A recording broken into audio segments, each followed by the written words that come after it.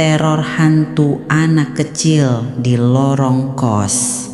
Risa, seorang wanita muda berusia 23 tahun, tiba di kota perantauan dengan harapan dan dompet yang tipis.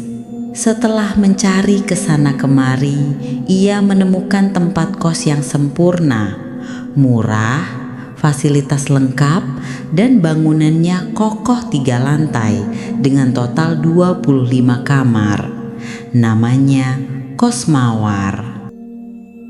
Risa menempati kamar 205, kamar di lantai 2 yang letaknya paling ujung, menghadap langsung ke tangga darurat.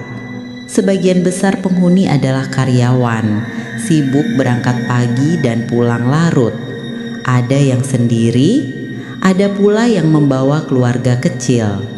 Sifat individualis para perantau membuat suasana kos terasa sunyi dan dingin meskipun penuh. Sore itu, Risa baru saja selesai membersihkan kamar. Pintu kamarnya terbuka lebar, membiarkan udara sore masuk. Tiba-tiba, bayangan kecil jatuh di ambang pintu. "Halo, kakak yang baru ya?" Risa mendongak. Di sana, berdiri seorang anak laki-laki berusia sekitar 7 tahun. Wajahnya ramah, tetapi matanya memancarkan keheningan yang aneh. Ia mengenakan kaos biru yang sedikit lusuh dan celana pendek selutut. "Iya, kakak baru pindah. Nama kamu siapa?" tanya Risa ramah, berjongkok untuk menyamakan diri. "Aku Adit," jawab anak itu, tersenyum lebar. "Aku tinggal di kamar paling ujung di bawah lantai 1. Pindah-pindah barangnya dibantu ya kak." Risa terharu dengan keramahan Adit. Sejak saat itu, Adit menjadi satu-satunya teman pertama Risa di Kos Mawar. Interaksi Risa dan Adit berlanjut setiap hari. Adit selalu datang ke kamar 205 setelah Risa pulang kerja sekitar pukul 19 malam. Ia akan duduk di lantai dekat pintu, mengamati Risa yang makan atau membereskan barang dan bercerita tentang hal-hal acak. Namun, semakin hari, Risa mulai merasa janggal. Pertama adalah waktu yang sama. Adit selalu muncul tepat pukul 19 malam. Tidak pernah lebih cepat, tidak pernah lebih lambat. Kedua, pakaian yang sama.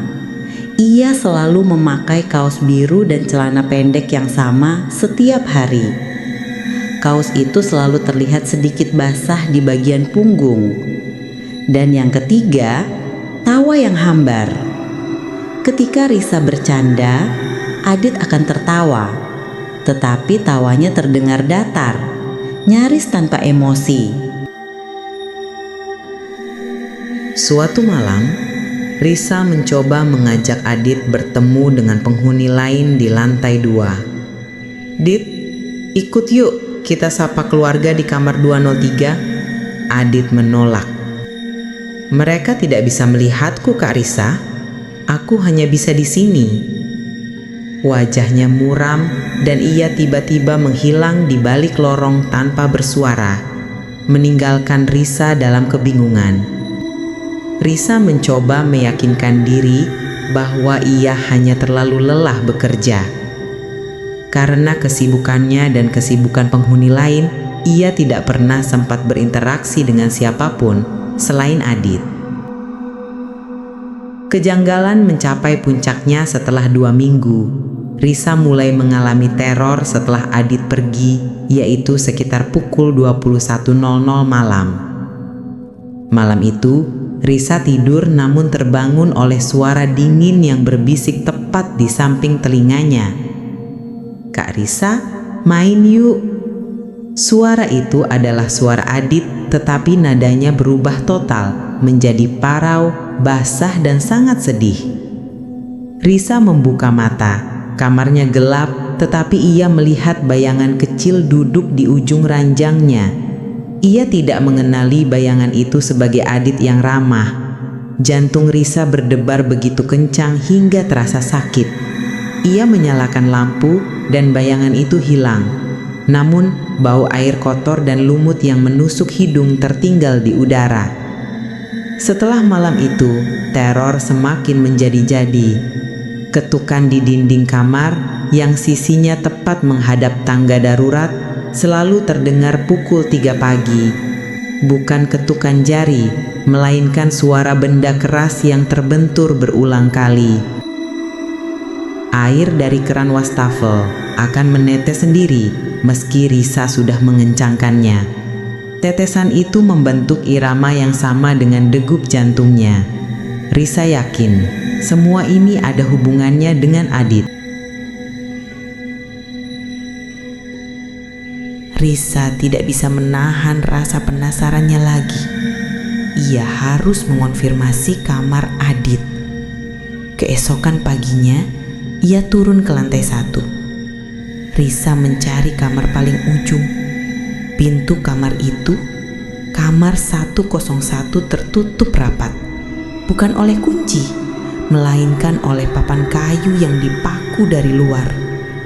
Di dekat kamar itu, ia melihat seorang wanita paruh baya, Bu Sari, sedang menyapu teras. Risa menghampirinya. "Permisi Bu, saya Risa, kamar 205. Mau tanya, kamar 101 ini kosong ya?" tanya Risa. Bu Sari menghentikan sapunya. Wajahnya berubah tegang. Ia menatap Risa dengan pandangan penuh curiga. "Kosong? Sudah lama kosong, Nak. Itu dulu kamar bapak kos sebelum dibeli pengelola baru. Tapi ada anak kecil yang bilang dia tinggal di sana. Namanya Adit," kata Risa. Seketika wajah Bu Sari memucat pasih. Ia menarik Risa menjauh dari kamar 101 ke sudut yang lebih sepi. "Nak, siapapun yang kamu ajak bicara, jangan percaya. Kamar 101 itu dikunci mati bukan karena kosong, tapi karena di sana tragedi terjadi," bisik Bu Sari. Gemetar.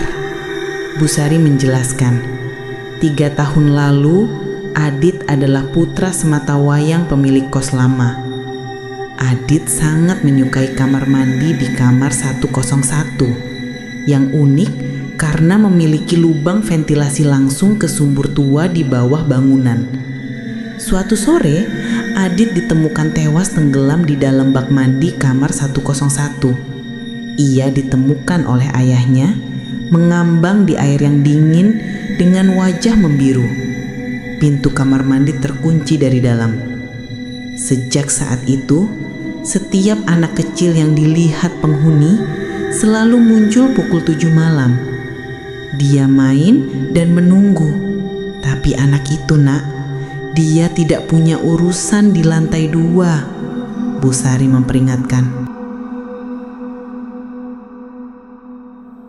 Risa berlari kembali ke kamar 205.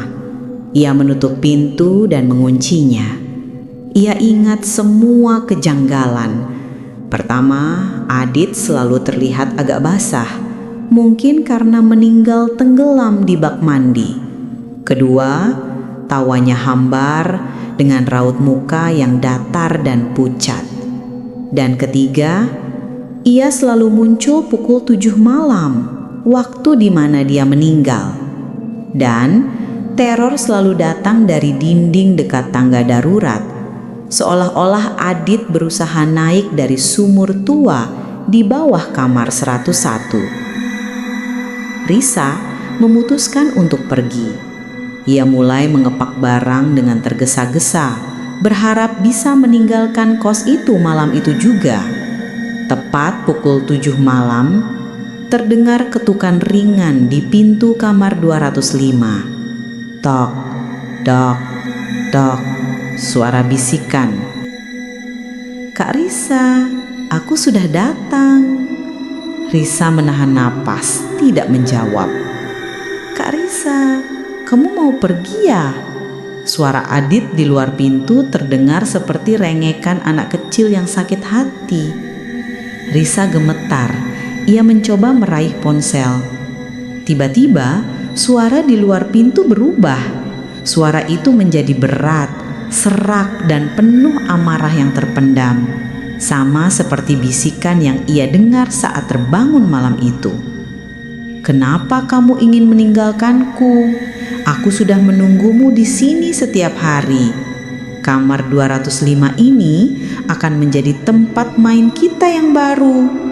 Risa mendengar bunyi paku dicabut dari kayu, perlahan, satu persatu, seolah Adit sedang membuka kamar 101.